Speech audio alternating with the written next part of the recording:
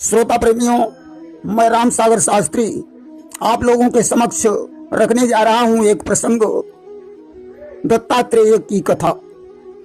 देखिए, महर्षि अत्रि की पत्नी का नाम अनसुईया था, जो बड़ी पतिव्रता नारी थी।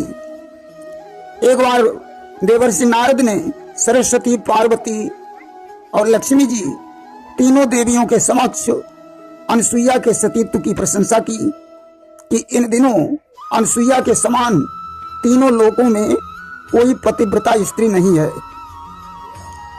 नारद जी ने तीनों देवियों के हृदय में ईर्ष्या की आग लगा दी और चले गए कि कमला, लक्ष्मी, उमा में भड़की जब ये आग, अनशन पाटी ले पड़ी, दिया अन्न जल त्याग। अब तो तीनों देवियां अनशन पाटी लेकर लेट गईं। ब्रह्मा, विष्णु, महेश अपनी अपनी पत्नियों को मनाने लगे कि हे प्राण प्रिय, हैं ये क्या बोलो तो ढंग, बेढंगा क्यों, बेवक्त फूल से मुखड़े का हो रहा मलिन रंग है क्यों। आज तीनों देवियों ने कहा, ऐसे नहीं मानेंगे, पहले अनसुईया के सतीत्व को नष्ट करो। तीनों देव आज लाचार हो गए, साधु का वेश बनाया और अनसुईया की परीक्षा लेने के लिए चल पड़े कि लेने सत की परीक्षा सती घर, ब्रह्मा, विष्णु व शंकर जी आए, कर कमंडल गले बीच माला, साधु का वेश सुंदर बनाए। दरवाजे पर पहुंचकर आवाज लगाई, भिक्षाम देहि। अनसुईया बाहर निकली। संतों ने कहा, मां मुझे भोजन चाहिए। अनसुईया ने भोजन तैयार किया। संतों ने कहा, ऐसे नहीं, मुझे निर्वस्त्र होकर भोजन कराइए। अनसुईया चौंक गई। उसने अपने सतीत्व का स्मरण किया, सतबल से जान लिया ये कोई मामूली संत नहीं है। कमंडल से जल लिया और कहा, अगर मैंने अपने पति की सेवा सच्चे मन से की हो तो तीनों देवता 6-6 महीने के बालक बन जाएं। आज छोटे छोटे बालक बनाकर उसने उन्हें पलने में लिटा दिया कि माता अनसुईया ने डाल दियो पालना, झूल रहे 3 देव बनकर के लालना, मारे खुशी के न फूली समाती, गोदी में लेती कभी पलना झुलाती, और कौन करे आज मेरे भाग की सराहना, झूल रहे 3 देव बनकर के लालना,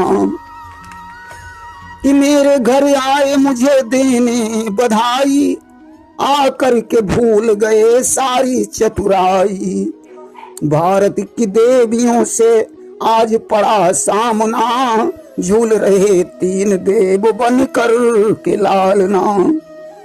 इधर जब तीनों देवता लौट कर नहीं आए तो देवियों को चिंता हुई। उन्होंने देवर्षि नारद से पूछा। नारद ने कहा, जाओ, अनसुईया ने तुम्हारे पतियों को बालक बना दिया है। अनसुईया की विनती करके अपने पतियों को मांग लाओ। आज देवियां अनसुईया से अपने पतियों को मांगने के लिए गईं। अनसुईया ने कहा, पलने में से जो जिसका पति हो उससे पहचान कर उठा लो। अब तो हड़बड़ी में गड़बड़ी हो गई। सरस्वती की गोद में शंकर जी, पार्वती की गोद में विष्णु जी और लक्ष्मी जी की गोद में ब्रह्मा जी।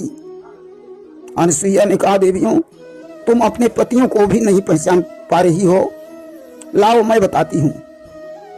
देवियों ने कहा, मां हमारे पतियों को असली रूप प्रदान करो। अनसुईया ने कहा, देवियों इन्होंने मेरे दूध का पान किया है, इसलिए इन्हें तीनों का अंशावतार पुत्र मेरे गर्भ से जन्म लेगा। तीनों देवताओं ने सर हिलाकर इस शर्त को स्वीकार कर लिया। इसी कारण त्रिदेवों के अंश से अनसुईया के द्वारा आगे चलकर एक पुत्र पैदा हुआ, जिसके 3 सिर और 6 भुजाएं थीं। यही बालक बड़ा होकर महात्मा दत्तात्रेय के नाम से प्रसिद्ध हुआ।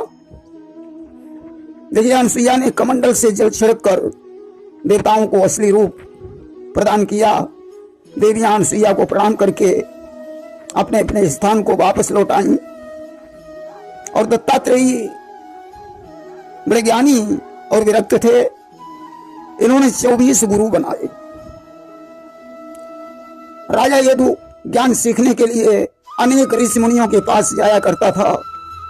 एक बार जब वो पालकी में बैठकर ज्ञान सीखने के लिए जा रहा था तो गोदावरी नदी के तट पर उसने तेजस्वी महात्मा दत्तात्रेय को देखा। पालकी रुकवाई और उतरकर दत्तात्रेय के पास पहुंचा। प्रणाम करके बोला, मुनिवर, आप मुझे ज्ञान देने की कृपा करें। देखिए, ज्ञान ऐसी चीज है जिसे सीखा जाता है और सिखाने वाला गुरु होता है। बिना गुरु के ज्ञान होता ही नहीं। कि बिन गुरु कृपा न ज्ञान हो, ज्ञान बिना नहीं भक्ति, भक्ति बिना मुक्ति नहीं, मुक्ति बिना नहीं तृप्ति।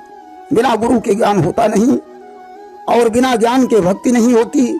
बिना भक्ति के मनुष्य की मुक्ति होना असंभव है और जब मुक्ति नहीं होगी तो फिर वही 84 लाख योनियों में भटकना पड़ेगा। राजा यदु कई संतों के पास जा चुका था परंतु उसे संतोष नहीं मिला। एक मनुष्य ज्ञान सीखने के लिए कई गुरु बना सकता है।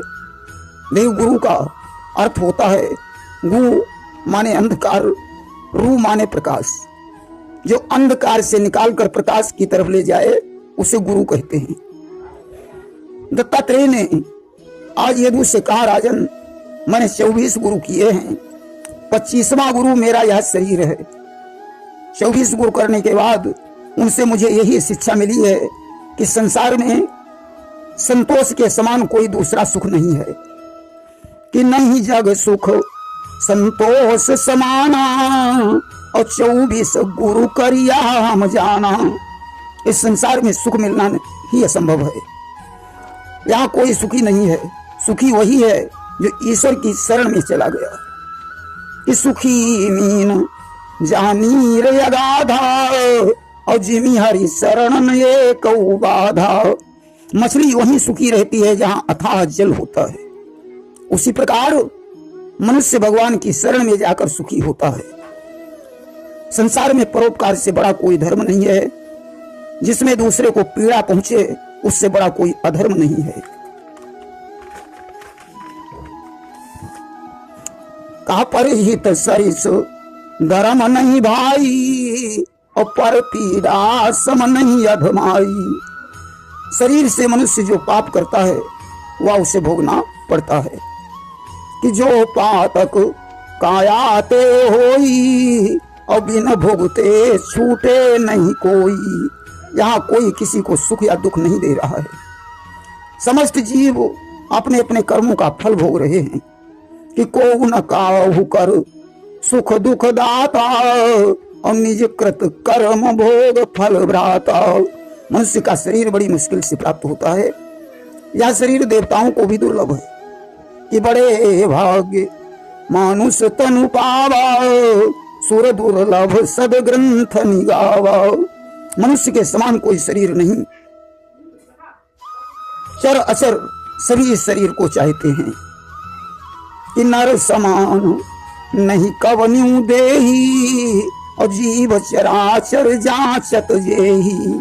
मनुष्य का शरीर प्राप्त करके जो विषयों में लिप्त हो गया उसने तो समझो अमृत के बजाय विष को ग्रहण कर लिया। कि नर तन पाई विषय मन देही और पलटी सुधाते विष सठ लेही। राजन, यह संसार एक वृक्ष के समान है। कि यह संसार सनातन तरु है आश्रय प्रकृति हमारी। सुख और दुख इस तरु के फल हैं रस है पदार्थ चारी। प्रकृति के आश्रय से यह संसार का वृक्ष टिका हुआ है। इस वृक्ष के दो फल हैं, सुख और दुख। धर्म अर्थ काम और मोक्ष इसके रस हैं।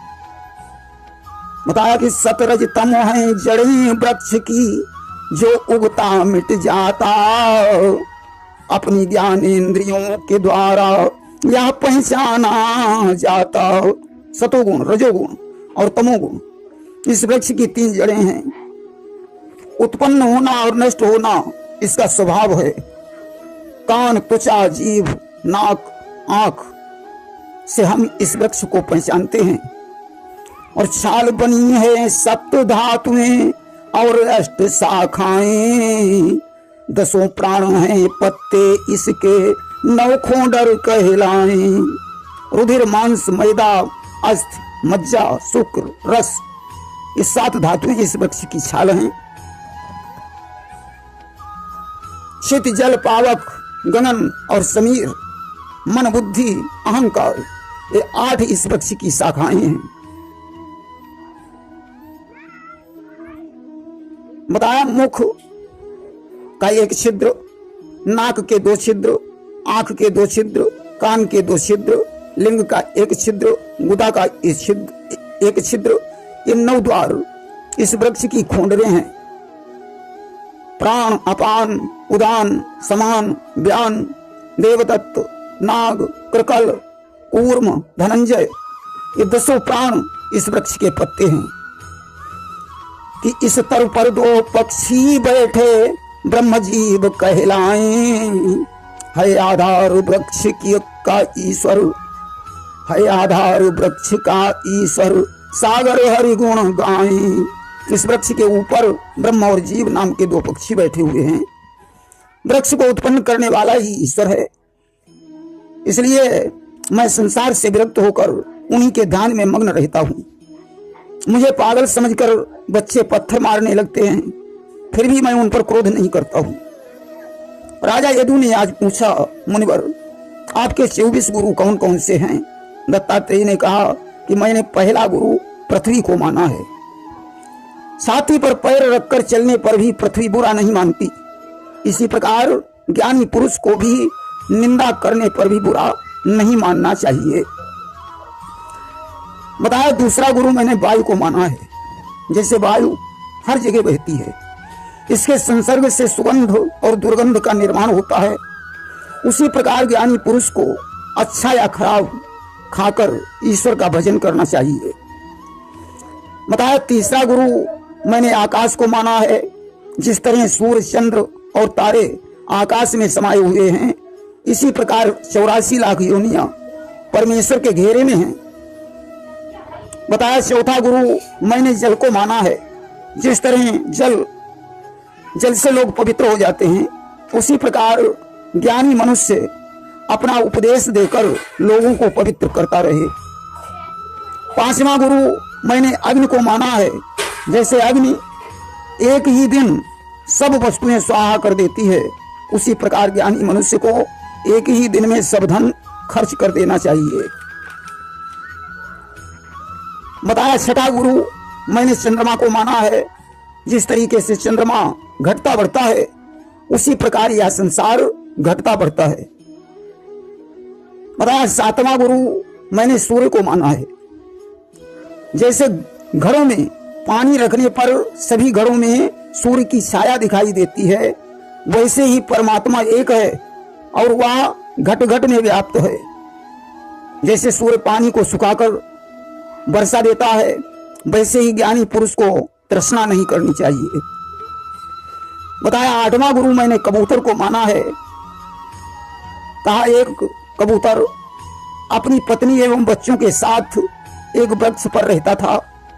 एक दिन कबूतर और कबूतरी बच्चों के लिए दाना लेने चले गए।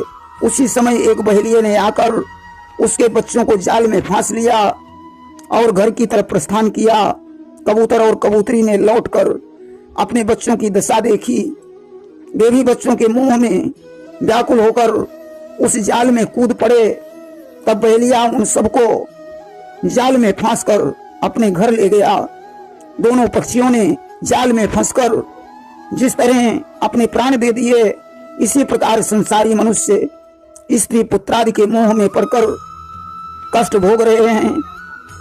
इसी प्रकार ज्ञानी मनुष्य को मोह के जाल में नहीं फंसना चाहिए। बताया नवा गुरु मैंने अजगर को माना है कि अजगर करे न चाकरी, पंछी करे न काम, दास मलूका कही गए सबके दाता राम। जिस तरीके से अजगर भोजन की तलाश नहीं करता, ऐसे ही ज्ञानी पुरुष को भोजन की तलाश नहीं करनी चाहिए। बताया 10वां गुरु मैंने समुद्र को माना है। जैसे समस्त नदियां आकर समुद्र में मिल जाती हैं और सागर निज मर्यादा राही, और समुद्र फिर भी न घटता है न बढ़ता है। इसी प्रकार ज्ञानी पुरुष को मिलन और वियोग का दुख नहीं होना चाहिए। बताया 11वां गुरु मैंने पतंगे को माना है। जैसे पतंगा जलते हुए दीपक पर जाकर अपने शरीर को जला देता है, उसी प्रकार संसारी जीव स्त्री पुत्रादि पर अपने प्राणों की आहुति देते हैं। ज्ञानी पुरुष को स्त्री पुत्रादि में प्रीति नहीं रखनी चाहिए। बताया 12वां गुरु मैंने मधुमक्खी को माना है। जैसे मधुमक्खी शहद इकट्ठा करके छत्ता बनाती है और तोड़ने वाले उसे तोड़ ले जाते हैं, इसी प्रकार द्रव्य को जोड़ जोड़ कर इकट्ठा करने वाले भी होते हैं, परंतु ज्ञानी पुरुष को धन का संग्रह नहीं करना चाहिए। बताया जितने भोजन की आवश्यकता हो उतना ही इकट्ठा करना चाहिए। बताया 13वां गुरु मैंने हाथी को माना है। हाथी पकड़ने वाले लोग गड्ढा खोदकर उसे सामान्यता पाट कर कागज की एक नकली हथनी खड़ी कर देते हैं। जैसे ही हाथी उस हथनी का स्पर्श करता है वह गड्ढे में गिर जाता है, उसी प्रकार स्त्रीगामी नरक रूपी गड्ढे में डाले जाते हैं। ज्ञानी पुरुष को स्त्री से दूर रहना चाहिए। बताया 14वां गुरु मैंने हिरण को माना है। और बंसी की आवाज सुन मोहित होत कुरंग, बसीभूत हुई प्रेम के होम देत निज अंग। जिस प्रकार बंसी की आवाज सुनकर हिरण मोहित हो जाता है और अपने प्राणों की आहुति दे देता है, उसी प्रकार मनुष्य स्त्री के वचनों से मोहित होता है। ज्ञानी पुरुष को इससे बचना चाहिए। बताया 15वां गुरु मैंने मछली को माना है। मछली पकड़ने वाले कटिए में केंचुए को फंसाकर डाल देते हैं। केंचुए का स्वाद लेने के लिए मछली कटिए में फंस जाती है। इसी प्रकार ज्ञानी पुरुष को भोजन में स्वाद नहीं ढूंढना चाहिए। बताया 16वां गुरु मैंने पिंगला नाम की वैश्या को माना है, जो श्रृंगार करके किसी ग्राहक की प्रतीक्षा कर रही थी। जब कोई पुरुष नहीं आया तो उसने माया मोह छोड़कर भगवान के चरणों का ध्यान शुरू किया, उसका उद्धार हो गया। इसी प्रकार ज्ञानी पुरुष को माया मोह छोड़कर भगवान का भजन करना चाहिए। बताया 17वां गुरु मैंने चील को माना है। मांस का टुकड़ा लेकर एक चील उड़ी, उस टुकड़े को छीनने के लिए बहुत सी चीलें दौड़ पड़ी।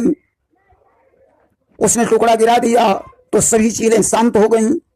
इसी प्रकार धन आदि से लोग जलने लगते हैं, इसलिए ज्ञानी पुरुष को इससे दूर रहना चाहिए। बताया 18वां गुरु हमने अबोध बालक को माना है, जिसमें काम क्रोध लोभ मोह नहीं होता है। उस बच्चे से सोना चांदी कुछ भी मांगो उठाकर दे देता है। इसी प्रकार ज्ञानी पुरुष को विरक्त होना चाहिए। बताया 19वां गुरु मैंने कुंवारी कन्या को माना है। एक कुंवारी कन्या के यहां मैं पहुंचा, उसी समय उसकी शादी वाले लोग आ गए। वह बैठकर धान कूटने लगी, चूड़ी बजी तो उसने एक एक चूड़ी छोड़कर बाकी सब चूड़ियां तोड़ डाली। एक एक हाथ में एक एक चूड़ी पहन ली। अब तो उनका बजना बंद हो गया।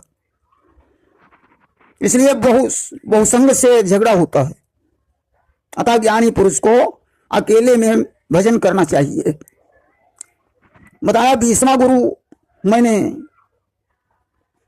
बाण बनाने वाले को माना है। एक बार जब वो बाण बना रहा था तभी राजा की सवारी निकली उसने उधर ध्यान नहीं दिया। जब राजा के नौकर ने आकर उससे पूछा कि राजा की सवारी किधर गई, वो बोला पता नहीं। उससे मुझे यह शिक्षा मिली कि इंद्रियों को बस में करके भगवान का भजन करना चाहिए। बताया 21वां गुरु मैंने सर्प को माना है। सर्प हमेशा पराई बिल में घुसता है। इसी प्रकार ज्ञानी पुरुष को अपना घर नहीं बनाना चाहिए। बताया 22वां गुरु मैंने मकड़ी को माना है। जिस प्रकार मकड़ी अपने मुख के द्वारा जाले का निर्माण करके उसे खा जाती है, इसी प्रकार ईश्वर संसार का सृजन करता है और उसको लय कर देता है। बताया 23वां गुरु मैंने भृंग कीट को माना है। जिसके भय से अन्य कीट भी वैसे ही हो जाते हैं। इसी प्रकार ज्ञानी पुरुष को परमेश्वर में अपना ध्यान लगाकर उन्हीं के स्वरूप का हो जाना चाहिए। बताया 24वां गुरु मैंने वृक्ष को माना है जो दूसरों के लिए फलते हैं। इसी प्रकार ज्ञानी पुरुष को परोपकार करते रहना चाहिए। दत्तात्रेय ने कहा पर्वत को भी मैं अपना गुरु मानता हूं। जैसे आंधी वर्षा आदि में पर्वत हिलते नहीं, इसी प्रकार ज्ञानी पुरुष को सांसारिक माया हिला नहीं सकती है। कहा 25वां गुरु मैंने अपने शरीर को माना है। इस शरीर के सुख के लिए मनुष्य नाना प्रकार की व्यवस्थाएं करता है, परंतु यह नाशवान है। ज्ञानी पुरुष को इसे अधिक सुख नहीं देना चाहिए। आज राजा यदु विरक्त बन गया, दत्तात्रेय को प्रणाम करके तीर्थ यात्रा को चला गया और भगवान का भजन करके मुक्त हो गया। प्रेम से बोलिए वृंदावन बिहारी लाल की जय।